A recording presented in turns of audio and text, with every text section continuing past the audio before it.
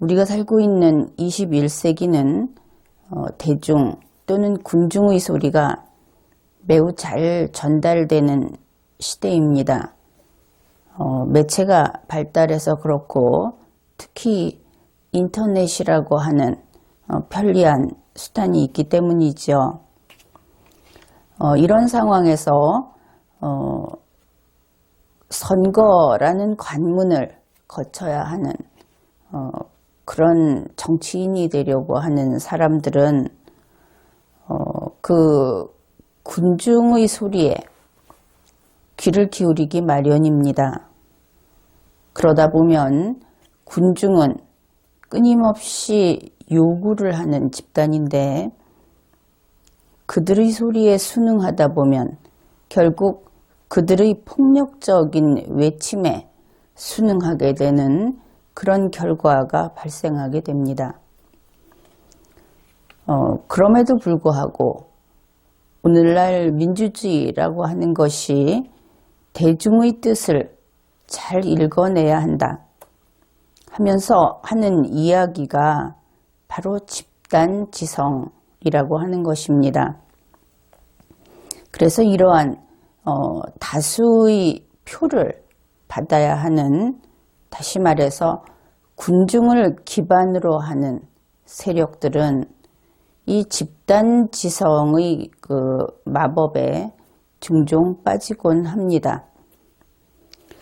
그러나 생각을 해보면 집단지성이라고 하는 것은 원래 여기에서 이야기하는 지성은 인간의 지혜나 인간의 논리적인 능력을 가리키는 것이 아닙니다.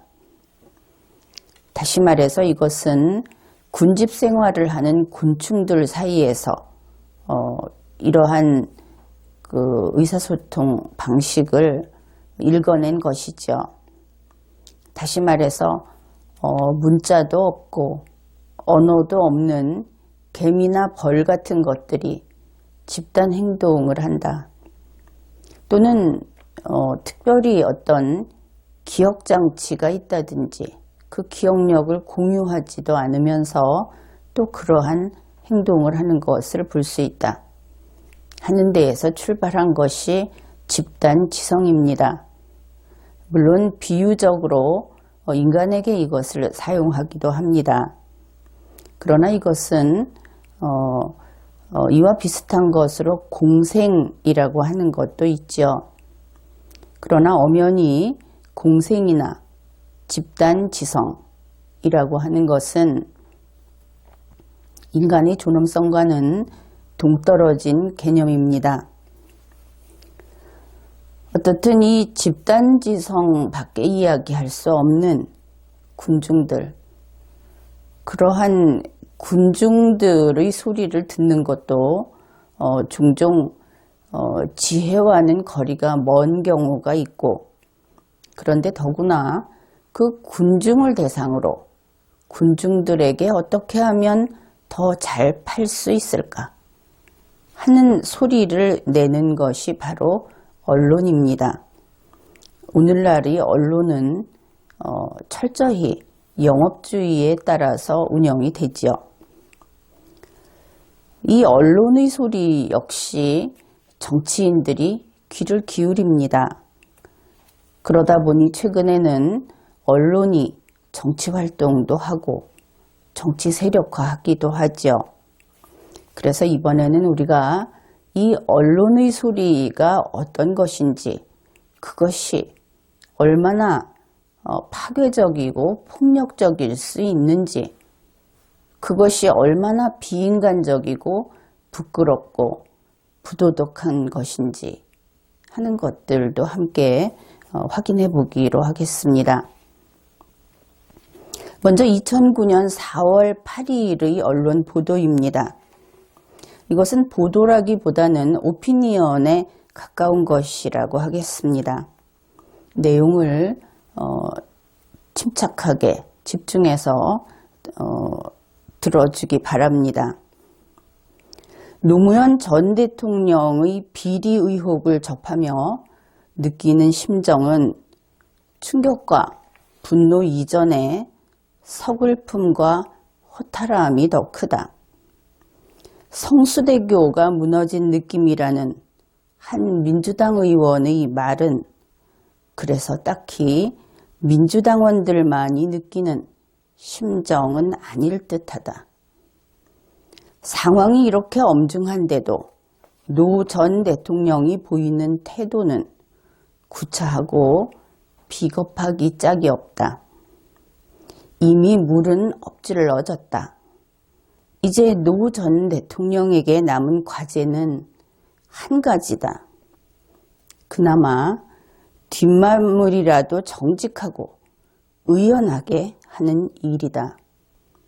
그것이 자신을 지지했던 유권자 그리고 진보, 개혁 세력 전체의 기대를 배반한 데에 대한 최소한의 속죄다. 이것이 1번이고 2번 2009년 4월 14일의 내용입니다. 노무현 전 대통령님은 죽은 권력입니다. 여사님과 아드님, 형님, 조카 사위 등 가족은 물론 측근들까지 줄줄이 검찰의 소환을 받거나 구속됐고 님께서도 벼랑 끝으로 몰리고 있는 듯 합니다. 님께서 인정하신 사실이 무엇이었지요? 권양숙 여사께서 박연차 회장으로부터 100만 달러와 3억 원을 받았다고 했죠.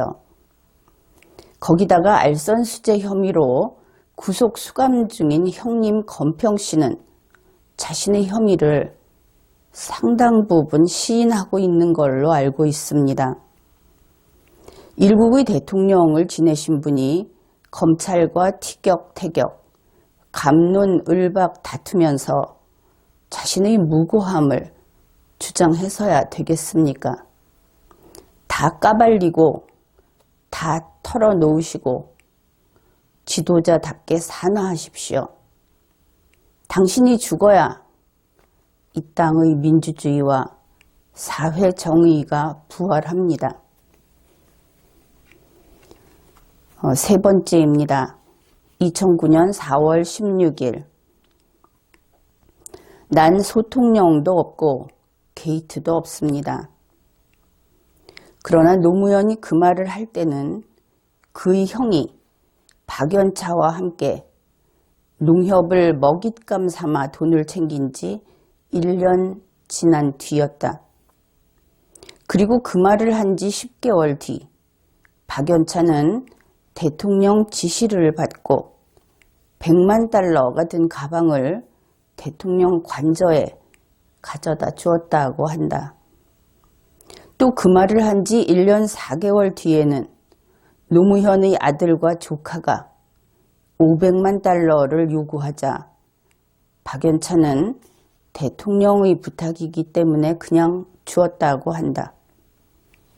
분명한 것은 지시하고 전달하고 받은 이들은 모두 노무현의 가족이라는 점이다. 남편, 부인, 형, 아들, 조카, 그리고 그들을 돕는 가족과 다름없는 사람들, 그들이 한 일이다.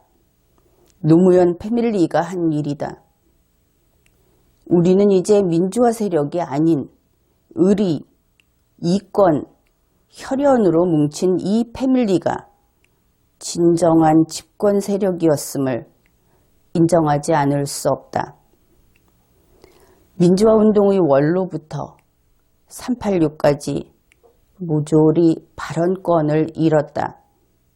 그를 위해 일한 지식인들은 신뢰와 평판을 잃었다. 노무현 당선은 재앙의 시작이었다. 이제 그가 역사에 기여할 수 있는 일이란 자신이 뿌린 환멸의 씨앗을 모두 거두어 장엄한 낙조 속으로 사라지는 것이다.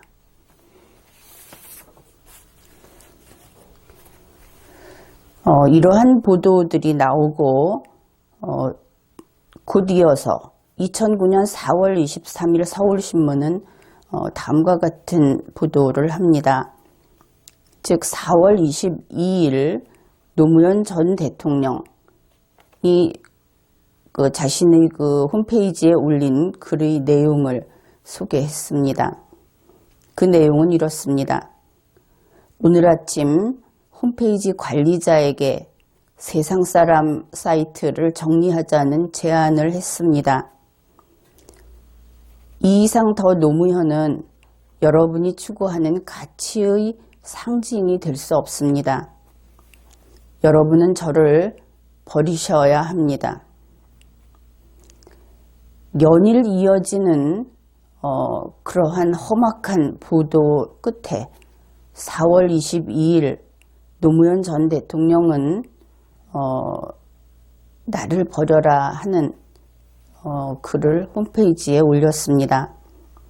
그러나 언론은 그와 같은 주장을 멈추지 않았습니다. 이어지는 네 번째 내용은 2009년 4월 30일자의 것입니다. 이 무렵에 노 전 대통령의 앞날과 관련해 불기소론이 나왔습니다. 그것을 함께 다루고 있어서 앞부분에서 짧게 소개를 하겠습니다. 법치를 포기하는 한이 있더라도 그를 감옥에 보내지 말자는 일부 보수 농객들의 호소는 눈물겹다. 주된 근거는 국가의 위신이다. 나라의 품격이 떨어지는 것을 막고 국가적 차원의 모욕감을 피하기 위해서란다. 이 부분에 대해서 조금 보충 설명을 하면은 당시 이명박 대통령 측에서 전직 대통령을 구속 수사를 한다든지 감옥에 보내는 것은 국가의 그가 국가를 위해서 일했던 공무원이라는 점에서 그것을 피해야 한다고 적극 나서서 이야기를 했다 하는 내용은 노무현 전 대통령에 관한 책들에서도 그 내용들은 들어 있습니다. 그래서 짧게 이 부분을 소개했고 같은 그 신문 보도에서 이제 이어지는 내용들을 마저 함께 보기로 하겠습니다. 2009년 4월 30일자입니다. 노 전 대통령의 가슴은 지금 검찰의 정치 보복성 수사에 대한 울분으로 가득 차 있을 것이다. 하지만 노 전 대통령은 알아야 한다. 자신의 대통령 재임 기간에도 권력을 기쁘게 하려는 수사안은 있었다. 인정하고 싶지 않겠지만 그는 죽더라도 그의 시대가 추구했던 가치와 정책, 우리 사회에 던져진 의미 있는 의제들마저 600만 달러의 흙탕물에 휩쓸려 동반 사망하는 비극은 막아야 한다. 그의 마지막 승부수는 아직도 남아있다. 여기에서 이 신문은 노무현 전 대통령이 죽더라도 라고 하면서 마지막 승부수가 의미하는 것이 무엇인지 의미심장하게 글을 썼습니다. 다섯 번째입니다. 2009년 5월 4일 연극대사식으로 구성을 한 기사입니다. 남자아가 이야기를 합니다. 내가 판사 출신 대통령이야. 고시 보느라 당신에게 가족 생계 떠맡긴 죄밖에 없다고. 15년 전 내가 쓴 책 여보 나 좀 도와줘의 고생담이 나오지 않소. 그러니 여자가 이렇게 이야기를 합니다. 그래요. 당신 대통령 될 때 사랑하는 아내를 버리란 말입니까로 동정표 좀 얻었잖아.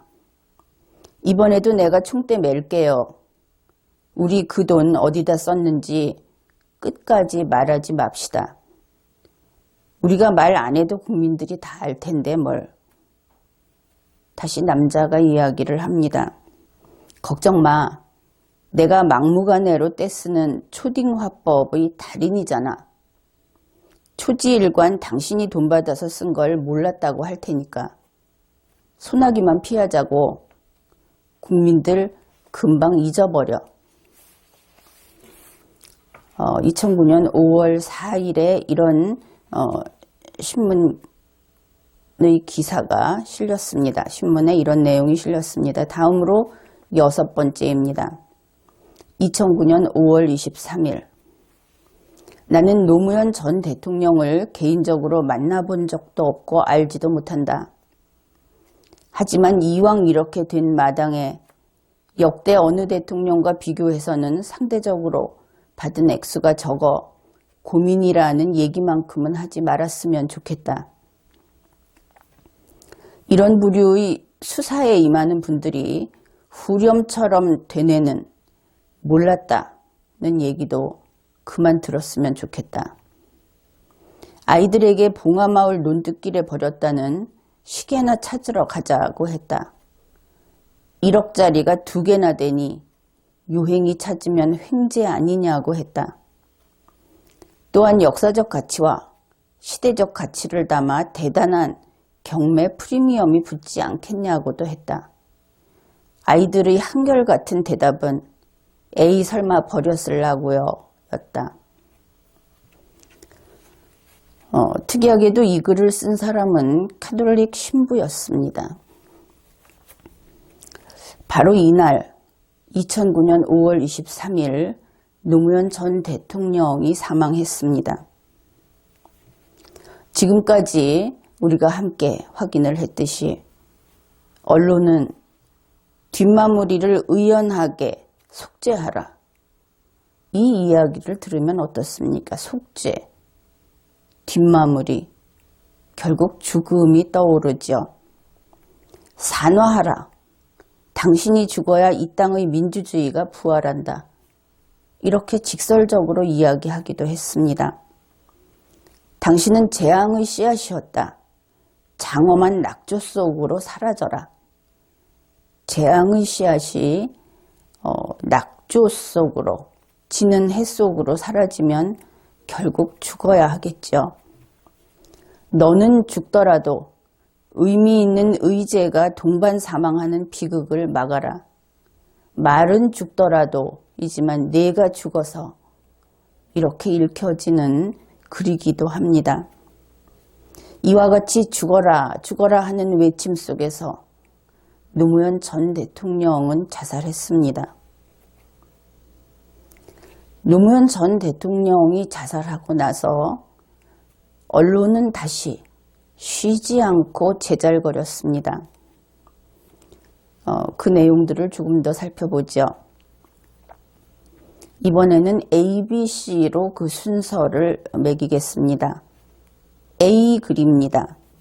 2009년 5월 26일 그들의 눈에 노무현 전 대통령은 반드시 제거해야 하는 불온 세력쯤으로 보였던 것일까? 결국 그들은 노 전 대통령을 벼랑으로 몰아 떨어뜨렸다. 참고로 이 글은 앞에서 2번 글, 당신이 죽어야 이 땅의 민주주의가 부활한다라는 글을 썼던 동일인의 글입니다. 이 글은 계속 이어집니다. 그들은 왜 노 전 대통령을 그토록 증오하고 두려워했을까? 아마도 노 전 대통령이 꿈꾸었던 새로운 세상 때문이었을 것이다. 저들이 노 전 대통령을 사지로 몰아넣은 것은 바로 이런 세상이 오는 걸 두려워했기 때문일 것이다. 노무현은 우리나라의 미랄로 부활할 것이다. 빈소 앞으로 해일처럼 밀려드는 조문객들을 보라. 자기 입으로 죽어라고 했던 자가 이렇게 글을 썼을 때 여러분들은 어떤 느낌이 드십니까? 이번에는 B번입니다. 2009년 5월 27일 결국 그는 나를 버려달라고 호소했다. 벼랑 끝 나뭇가지에 매달려 있기보다 잡은 손을 놓는 쪽을 택했다. 그리고는 감히 그걸 운명이라고 했다. 여백 없는 정말 찬란한 소멸이었다. 시민들은 추억들이 과거에 묻히기보다 재현되기를 원했다. 그것이 진정 그의 운명이었다. 그러기 위해 그는 죽음으로써 살아나야 했다. 이렇게 보면 그 운명이라고 하는 것은 죽어야 할 운명이라는 것이죠. 죽어야 한다. 죽음으로써 살아나야 한다. 또 앞에서 보았던 미랄이라고 하는 것은 어떤 좋은 뜻을 위해서 자기 자신이 죽는 것을 가리키죠. 그래서 이들에게 있어서 노무현 전 대통령은 죽어야 했던 것을 알 수 있습니다. C번입니다. 2009년 5월 29일 노무현 전 대통령이 남긴 마지막 글이라고 하는 거기에서 거의 마지막 부분에 있던 글이 다음과 같은 것입니다. 화장해라. 아주 작은 비석 하나만 남겨라.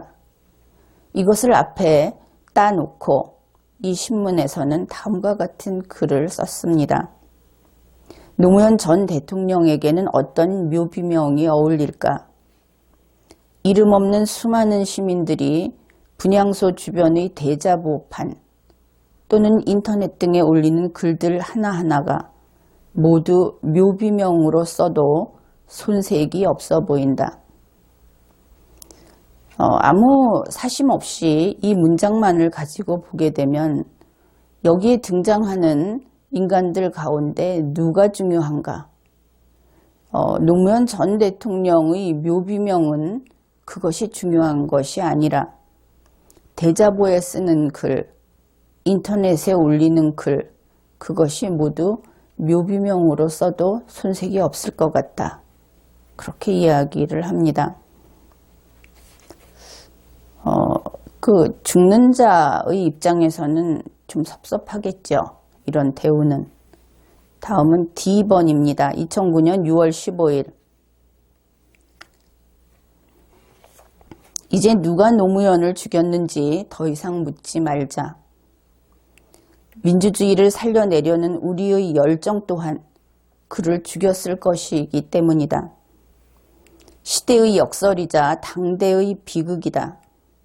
그러나 그 역설은 그의 심장의 고동이 멈추는 순간 희망의 싹이 자라면서 끝났다. 노무현 전 대통령이 하나의 미랄이 됐다 하는 것입니다. 그리고 여기에서 이 글은 민주주의를 살려내려는 우리의 열정 또한 그를 죽였을 것이다 했는데 또한이 아니고 그것이 주동이었죠. 계속 소개를 하겠습니다. 죽음으로써 그는 서민의 벗으로 돌아왔고 500만 명의 노무현으로 부활했다. 그리고 전차에 치인 듯 비틀거리던 야당을 일으켜 세우고 시민들을 각성시키고 정치적으로 무장하게 했다. 사실 이러한 신문 기사들을 보면서 우리는 섬뜩한 전율을 느껴야 합니다.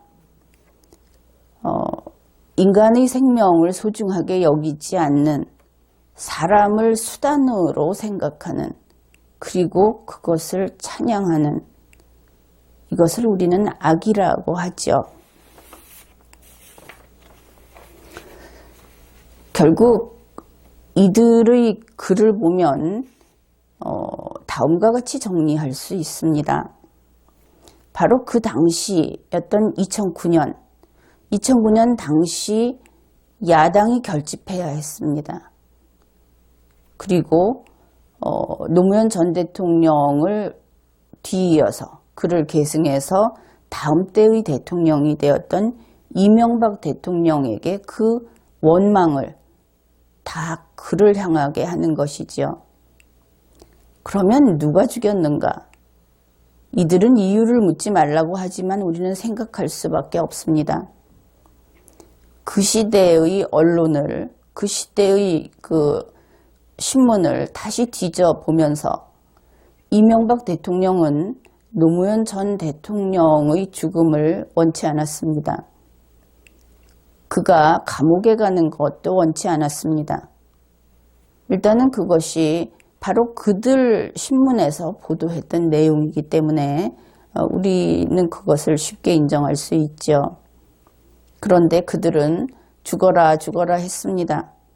그래 놓고는 바로 노무현 전 대통령이 사망하자마자 돌변해서 이명박이 죽였다. 그래 이명박 대통령을 복수의 대상으로 만든 것이죠. 그리고 그들은 특정 정치 세력을 구축했다고 환호합니다. 우리는 어쩌면은 이 노무현 전 대통령의 죽음과 관련되어 있던 덮여있던 지난 10여 년의 그 비밀, 엄청난 악과 마주하고 있는 것인지도 모릅니다. 지금까지 소개한 그 신문들이 그러면은 어떤 신문들인가 짐작은 했을 겁니다. 그 흔히 보수 쪽의 언론이라고 하는 곳에서는 신문에서 특정인을 죽어라, 자살하라고 이야기는 도저히 못하지요. 그것은 아예 인간이 아니기 때문에, 인간이 할 짓이 아니기 때문에 지금까지 소개를 했던 그 신문들, 노무현 전 대통령에게 죽어라 하고 명령을 했던 자들이 누구인가? 1번 글은 한겨레 신문 사설입니다. 2번 글 미디어 오늘입니다. 3번 경향신문, 4번 한겨레 신문, 5번과 6번은 다 경향신문입니다.